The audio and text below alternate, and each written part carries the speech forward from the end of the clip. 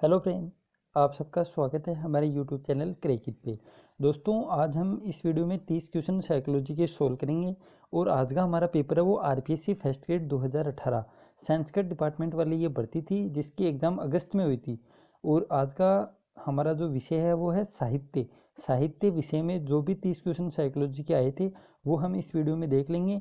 और इसी के साथ जो first grade exam Sanskrit department वाली है उसमें जो विषय थे सभी के पेपर मैंने आपको करवा दिए हैं।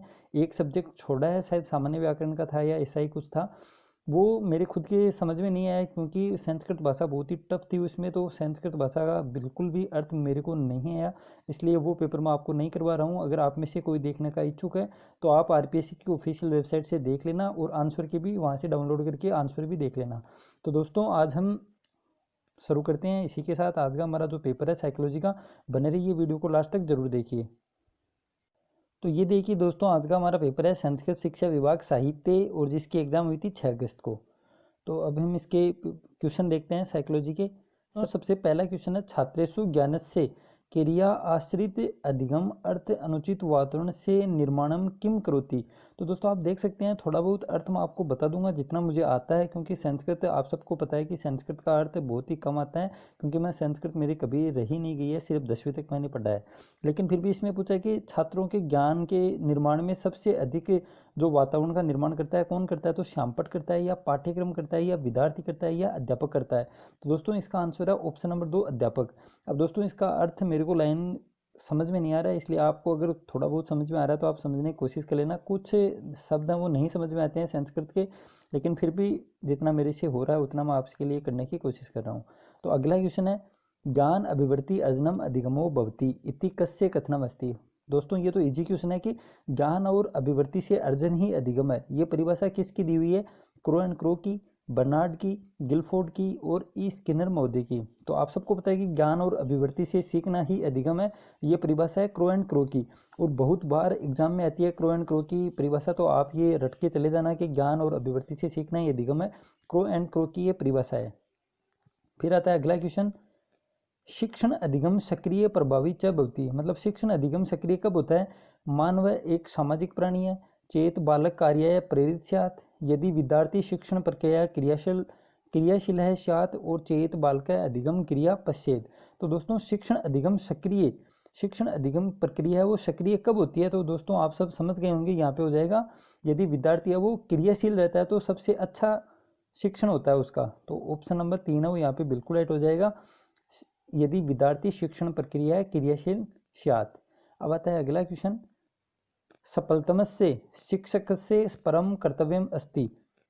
तो सफलतम जो शिक्षक प्रक्रिया उसका परम कर्तव्य है वो क्या है? पाठन काले छात्राणाम मानसिकम शारीरिकम च स्वास्थ्यम मनसि कृत्वा पाठयेत् नवीनानाम विधिनाम उपेक्षेति मनोवैज्ञानिक परिस्थिति उत्पादक या उपयुक्त सर्वे। तो दोस्तों, आप समझ गए होंगे, क्योंकि आपको भी ऐसा ही समझ में आएगा जब आपने, अगर किसी ने रिट में संस्कृत सब्जेक्ट को चूज किया है तो आपको भी प्रॉब्लम जरूर होगी, कुछ प्रॉब्लम जरूर होगी। अगर आपको कठिन शब्दों के अर्थ नहीं आते हैं तो आपको भी प्रॉब्लम हो सकती है। तो आपके लिए एकदम ये टेस्ट है, आप मान के चलो यहाँ पे हो जाएगा ऑप्शन नंबर 4 कि आपको क्या एग्जाम में होगा क्या नहीं होगा, कौन से शब्दों के अर्थ आ जाएंगे और कौन से के नहीं आएंगे। तो आपका एक दूसरा नंबर का भी टेस्ट आप मान लीजिए कि संस्कृत में आपको क्या होने वाला है। तो इसका हो जाएगा ऑप्शन नंबर 4 है वो यहाँ पे बिल्कुल राइट है। फिर आता है अगला क्वेश्चन, उद्दीपन अनुक्रिया सिद्धांत प्रवर्तक अस्ति। तो यहाँ पे है कि उद्दीपन अनुक्रिया सिद्धांत वो किसने प्रतिपादित किया था? स्काउट महोदय ने, कोल्सनिक ने, थॉर्नडाइक ने और जीएल एंडरसन ने। तो आप सबको पता होगा, बहुत ही इजी क्वेश्चन है। उद्दीपन अनुक्रिया सिद्धांत या एसआर थ्योरी जिसको हम कहते हैं, एसआर थ्योरी है वो थॉर्नडाइक की दी हुई है। ऑप्शन नंबर 3 है वो यहाँ पे बिल्कुल राइट हो जाएगा, बहुत ही इजी क्वेश्चन है। अब हम बात करते हैं अगले क्वेश्चन की, अनुकूलित अनुक्रिया सिद्धांत से प्रतिपादकेन पावलो महोदय कस्य ऊपरी प्रयोग कृत, म्यूरस से, सुनह है, काकस से और मुस्कस से। तो दोस्तों, बहुत ही इजी क्वेश्चन है कि अनुकूलित अनुक्रिया सिद्धांत वो है पावलोव के द्वारा दिया गया है, ये तो क्वेश्चन में आ गया। लेकिन पूछा है कि इन पावलोव ने किसके ऊपर प्रयोग किया था? तो कुत्ते पर प्रयोग किया था, आप सबको पता है। लेकिन आप ऑप्शन देखोगे तो आपको समस्या हो जाएगी यार, म्यूरस से तो मोर होता है, मुस्कस से चूहा होता है, लेकिन काकस से और सुनह। तो दोस्तों, कुत्ते को सुनह कहते हैं। ऑप्शन नंबर 2 है वो यहाँ पे बिल्कुल राइट है, सुनह नाम है वो कुत्ते का होता है। तो आप देख लेना, आपके हिसाब से आपको मतलब रट लेने हैं कुछ वर्ड। तो अनुकूलित अनुक्रिया सिद्धांत पावलोव का है और प्रयोग किया था कुत्ते पर। तो यहाँ पे ऑप्शन नंबर 2 है वो बिल्कुल राइट हो जाएगा। फिर आता है अगला क्वेश्चन, बुद्धि ज्ञान अर्जनस्य क्षमता अस्ति इति कथनम विद्यते। तो दोस्तों ये भी परिभाषा है कि बुद्धि ज्ञान अर्जन करने की क्षमता है, ये कथन है वो किसके द्वारा दिया गया है? टर्मन के द्वारा, वुड्रो के द्वारा, वेसलर के द्वारा और स्टर्न के द्वारा।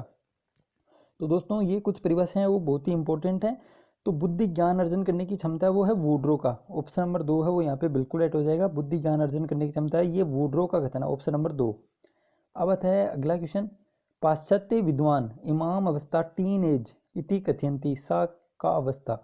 मतलब टीन एज है वो कौन सी होती है? तो शेष अवस्था, प्रौढ़ावस्था, बाल्यावस्था, किशोरावस्था। तो आप सबको पता होगा कि टीन एज है वो किशोरावस्था होती है, ऑप्शन नंबर 4 है वो यहाँ पे बिल्कुल राइट हो जाएगा, ऑप्शन नंबर 4। अब आता है 111 का क्वेश्चन, विविध मानसिक योग्यता विकसिता कदा भवन्ति किशोरे शेषवे बालवे सदैव। तो विविध मानसिक योग्यता विकसित होती है, कब होती है विकसित विविध मानसिक योग्यता? तो दोस्तों ये होती है किशोरावस्था में, ऑप्शन नंबर 1 है वो बिल्कुल बहुत ही ज़्यादा मोस्ट इंपॉर्टेंट क्वेश्चन है दोस्तों। विविध मानसिक योग्यता विकसित होती है किशोरावस्था में, तो विविध मानसिक योग्यता विकसित होती है किशोरावस्था में, ऑप्शन नंबर 1 है वो यहाँ पे बिल्कुल राइट है दोस्तों। फिर आता है अगला क्वेश्चन, किशोरस्य मानसिक द्वंद्वस्य स्थितों का शिक्षा परम आवश्यकी भवति, शारीरिक शिक्षा, व्यवसाय शिक्षा, नैतिक शिक्षा, भ्रमण शिक्षा। तो किशोरों की जो मानसिक द्वंद्व की स्थिति होती है उसमें कौन सी शिक्षा बहुत ही ज़्यादा आवश्यक होती है? तो दोस्तों यहाँ पे हो जाएगा नैतिक शिक्षा, ऑप्शन नंबर 3 है वो यहाँ पे बिल्कुल राइट है, ऑप्शन नंबर 3 नैतिक शिक्षा। अब आता है अगला क्वेश्चन, अध्यापक नाम व्यवहारा किशोरा नाम कृत्य कीदृशो भवेत्। तो अध्यापक का जो व्यवहार है वो किशोरों के अंदर क्या मतलब भवेद का होता है, क्या होना चाहिए? अनुशासनम करणीयम, सहानुभूति से भाव स्थापनीय, उत्सवनाम समायोजनम किशोराणाम हस्ते न दातव्यम, साहित्य अध्ययनस्य परिणाम न प्रदान्यता। तो दोस्तों यहाँ पे हो जाएगा ऑप्शन नंबर 2 है वो बिल्कुल राइट हो जाएगा, ऑप्शन नंबर 2 है इस क्वेश्चन का आंसर है ऑप्शन नंबर 2। तो दोस्तों इसका आप हिंदी अर्थ कर लेना, क्योंकि मेरे को समझ में नहीं आ रहा है कुछ वर्डों की हिंदी अर्थ, तो मैं नहीं बता रहा हूँ आपको, लेकिन आंसर है वो ऑप्शन नंबर 2 है वो बिल्कुल राइट है। फिर आता है अगला क्वेश्चन, मेरिडीथ महोदय अनुसार कस्मिन वर्षे विकास से गति मंदा भवति। तो दोस्तों यही क्वेश्चन है, इसी के कारण आपको पेपर वो सोल्व करने चाहिए। ये मेरे हिसाब से एक नया क्वेश्चन है कि मेरिडीथ महोदय के अनुसार कौन से वर्ष में विकास की गति है वो मंद होती है? प्रथम द्वितीय वर्षों, 11 से 15 वर्ष, 16 से 18 वर्ष, 20 वर्ष पर्यंतम। तो दोस्तों मेरिडीथ महोदय के अनुसार कौन से वर्ष में विकास की गति है वो मंद हो जाती है, मतलब थोड़ी कम हो जाती है? तो यहाँ पे हो जाएगा दोस्तों ऑप्शन नंबर 3 16 से 18 वर्ष, 16 से 18 वर्ष है इस क्वेश्चन का आंसर। दोस्तों आप स्क्रीनशॉट ले लेना, अच्छा क्वेश्चन है, हो सकता है कि रिपीट हो जाए क्योंकि नया क्वेश्चन है। तो मेरिडीथ महोदय के अनुसार विकास की मंद गति होती है 16 से 18 वर्ष। अब आता है दोस्तों अगला क्वेश्चन, मानवानाम जीवने संवेगात्मक विकास प्रेम कदा भवति। तो दोस्तों इसका आंसर हो जाएगा कि मानव के जीवन में संवेगात्मक विकासों में प्रेम है वो कब उदय होता है या कब कदा भवति। तो ये होता है 10 महीने दसम मास से, ऑप्शन नंबर 4 है वो यहाँ पे बिल्कुल राइट हो जाएगा, दसम मास से। दोस्तों आज के पेपर में कुछ गलतियां ज़रूर हो रही हैं क्योंकि इसका एकदम से सटीक हिंदी अर्थ वो नहीं आता है, लेकिन मैं आपको आंसर बता रहा हूँ वो एकदम ऑथेंटिक है, आंसर की से ही मैं आपको आंसर है वो बता रहा हूँ। तो आप थोड़ा बहुत हिंदी अर्थ आप करने की कोशिश करना, क्योंकि आपने भी सेकंड लैंग्वेज है वो संस्कृत ही चूज़ की होगी, तो थोड़ा हिंदी अर्थ आप निकालना। आपको आंसर मैं दे रहा हूँ तो आप समझने की कोशिश करें। अब मैं बात करता हूँ अगले क्वेश्चन की, कस्यचित् जनस्य वास्तविक आयु 20 वर्षाणि तथा च मानसिक आयु 25 वर्षाणि, तो बुद्धि लब्धि कितनी होगी? तो दोस्तों यहाँ पे हम कर लेंगे कि मानसिक आयु तो है 25 वर्ष और वास्तविक आयु है 20 वर्ष। तो सूत्र क्या होती है, MA/CA, तो 25/20 इंटू हो जाएगा 100, तो 20 से 100 है वो 5 बार चला जाएगा, 20 × 100, तो 25 5 हो जाएगा 125। तो ऑप्शन नंबर 1 है वो यहाँ पे बिल्कुल राइट हो जाएगा, ऑप्शन नंबर 1। फिर आता है अगला क्वेश्चन, टर्मन महोदयन बुद्धि लब्धे आधारणे बालकानाम सामान्य बुद्धि बुद्धि लब्धि भवति। तो टर्मन महोदय के अनुसार सामान्य बालकों की बुद्धि लब्धि वो कितनी होती है?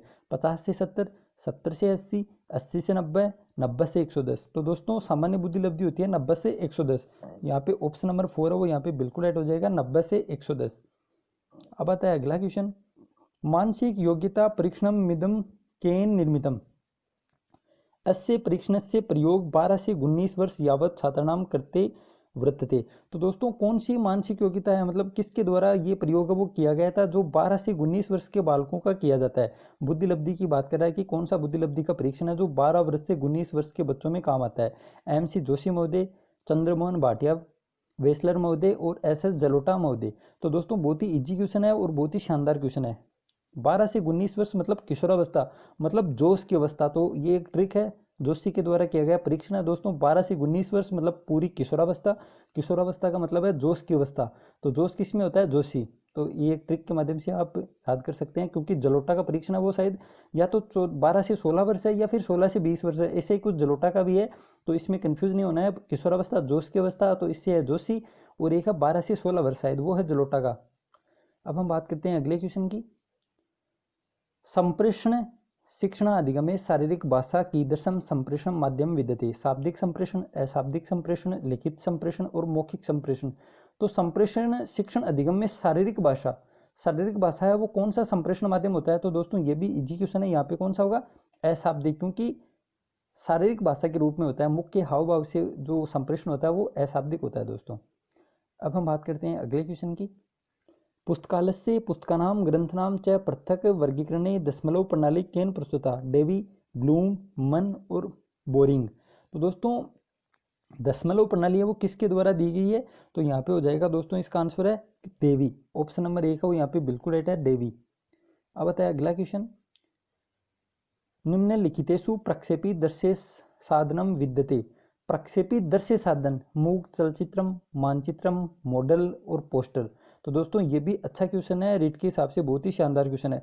इसका हो जाएगा मूक चलचित्रम। ऑप्शन नंबर 1 है वो यहाँ पे बिल्कुल राइट हो जाएगा, क्योंकि दृश्य साधन की बात कर रहा है फिर भी चलचित्रम हो रहा है, क्योंकि दोस्तों आगे लिखा हुआ है मूक, मतलब आवाज नहीं है उसमें। तो मूक चलचित्रम और दृश्य प्रक्षेपित दृश्य साधन है, मतलब सर्वे नहीं, सॉरी, प्रक्षेपित दृश्य साधन। अब आता है अगला क्वेश्चन। शिक्षण अधिगमे भ्रमणम पर्यटनम प्रयोगशाला कार्यशाला च विद्यन्ते। तो शिक्षण अधिगम में भ्रमण, पर्यटन, प्रयोगशाला, कार्यशाला वो क्या होती है? दृश्य साधन, दृश्य सर्वे साधन, दृश्य साधन और क्रियात्मक साधन। तो दोस्तों ये भी अच्छा क्वेश्चन है। तो क्रियात्मक साधन होते हैं दोस्तों। ऑप्शन नंबर 4 है वो यहाँ पे बिल्कुल राइट हो जाएगा, क्रियात्मक साधन। फिर अगला क्वेश्चन। हार्डवेयर उदाहरण नास्ति। चलचित्र, मैजिक लैंटर्न, आकाशवाणी और मानचित्रम। तो हार्डवेयर का उदाहरण कौन सा नहीं है? तो दोस्तों यहाँ पे हो जाएगा मानचित्र। ऑप्शन नंबर 4 है वो यहाँ पे बिल्कुल राइट हो जाएगा। 123 नंबर क्वेश्चन में है मानचित्र। ऑप्शन नंबर 4 है वो यहाँ पे बिल्कुल राइट है। अब हम बात करते हैं अगले क्वेश्चन की। अब आता है दोस्तों अगला क्वेश्चन 124 नंबर। निम्नलिखितेषु संगणक से आउटपुट उपकरण यूनिट मध्य न गणीयते। मॉनिटर, लाइट पेन, प्लॉटर्स और साउंड कार्ड। तो दोस्तों इसका आंसर हो जाएगा लाइट पेन। लाइट पेन है वो आउटपुट नहीं होता है, इनपुट होता है दोस्तों। अब आता है अगला क्वेश्चन। संगणक मंत्रस्य पठनम लेखन स्मृति केन नामना ज्ञायते। माइक्रो प्रोसेसर, रोम, रैम, हार्ड डिस्क। तो दोस्तों इसका आंसर हो जाएगा रैम। ऑप्शन नंबर 3 है वो यहाँ पे बिल्कुल राइट हो जाएगा, ऑप्शन नंबर 3। आता है अगला क्वेश्चन। बहुना संगणकानां परस्परम संप्रेषणम कस्य चितम। केंद्रीय संगणकस्य आवश्यकता न भवति तत् कीदृशं नेटवर्क कथ्यते। स्टार नेटवर्क, रिंग नेटवर्क, बस नेटवर्क या लैन। तो दोस्तों ये जो कंप्यूटर वाले क्वेश्चन है, संगणक वाले क्वेश्चन है, ये आपके रीट के सिलेबस में नहीं है, तो आप इसको पढ़ने की आपको कोई ज़रूरत नहीं है। लेकिन मैं आपको बता देता हूँ, अगर आप फर्स्ट ग्रेड की तैयारी करते हैं तो आपके लिए काम के हो सकते हैं। तो इसका आंसर हो जाएगा दोस्तों रिंग नेटवर्क। ऑप्शन नंबर 2 है वो एकदम राइट है, 126 के क्वेश्चन का ऑप्शन नंबर 2। अब हम बात करते हैं अगले क्वेश्चन की। निम्नलिखित पत्रावलीनां निर्माणम संपादनम मुद्रणम च केन संगणक अनुप्रयोगेण व एप्लीकेशन सॉफ्टवेयर कृत्येतु। दोस्तों यहाँ पे हो जाएगा 127 नंबर क्वेश्चन में है वर्ड प्रोसेसर। ऑप्शन नंबर 1 है वो यहाँ पे बिल्कुल राइट है, वर्ड प्रोसेसर। फिर आता है WW का पूरा नाम है दोस्तों वर्ल्ड वाइड वेब। इसको तो देखने की जरूरत ही नहीं है, बहुत बार है वो एग्जाम में रिपीटेड क्वेश्चन है। 128 में हो जाएगा वर्ल्ड वाइड वेब। तो ये हैं दोस्तों आज के जो 30 क्वेश्चन है। उम्मीद है कि आपको वीडियो आज वाला तो क्या पसंद आया होगा, लेकिन फिर भी मैंने आपको आंसर देने की कोशिश की है, क्योंकि दोस्तों संस्कृत में थोड़ा हाथ है वो टाइट है। संस्कृत का हिंदी अर्थ पूर्णतः नहीं आता है, लेकिन फिर भी आपको मैंने समझा दिया है। कुछ हिंदी अर्थ आप भी निकालें, क्योंकि आपके भी सेकंड लैंग्वेज है वो संस्कृत है। तो आपको फाइनल आंसर है वो मैंने आपको बता दिया। अब हिंदी अर्थ से आप खुद समझें, वीडियो को पॉज कर लेना और अर्थ निकालने की कोशिश करना, ताकि आपके एग्जाम में थोड़ी बहुत ये सहायता भी हो कि आपको संस्कृत वाले क्वेश्चन है वो कितने समझ में आते हैं। तो दोस्तों ज़्यादा से ज़्यादा अपने दोस्तों के साथ ये वीडियो शेयर करें। व्हाट्सएप के ऊपर आप स्टेटस लगाने, ताकि बहुत से लोगों देखेंगे तो उनको भी पता लगेगा और काम की चीज़ है दोस्तों, आप सभी को बताएं। तो उम्मीद है वीडियो आपको पसंद आया होगा, वीडियो को आप लाइक भी करें। मिलते हैं जल्दी दूसरे वीडियो में। थैंक यू, जय हिंद, जय भारत।